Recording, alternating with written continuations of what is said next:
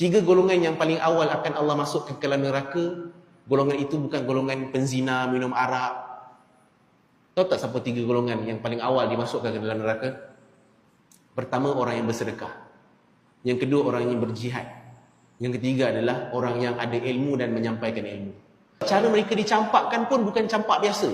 Malaikat akan seret muka dia dan campak ke dalam neraka. Golongan paling awal pula tu dicampak. Pelik kan? Kenapa paling awal adalah yang memberi ilmu, yang bersedekah, yang berjihad? Rupa-rupanya ketiga-tiga golongan ini, bila Allah tanya, mereka jawab, "Ya Allah, kau telah berikan aku harta yang banyak, aku telah bersedekah." Allah kata, "Penipu besar. Engkau ni bersedekah semata-mata untuk kau digelar sebagai dermawan oleh orang kampung." Maka dicampak ke dalam neraka. Orang yang kedua tu, golongan kedua tu kata, "Aku berjihad di jalan kau, ya Allah." Kau menipu, engkau ni korban berjihad ni semata-mata engkau nak disebut-sebut oleh orang kampung kau sebagai pahlawan, orang yang berani. Masuk ke dalam neraka.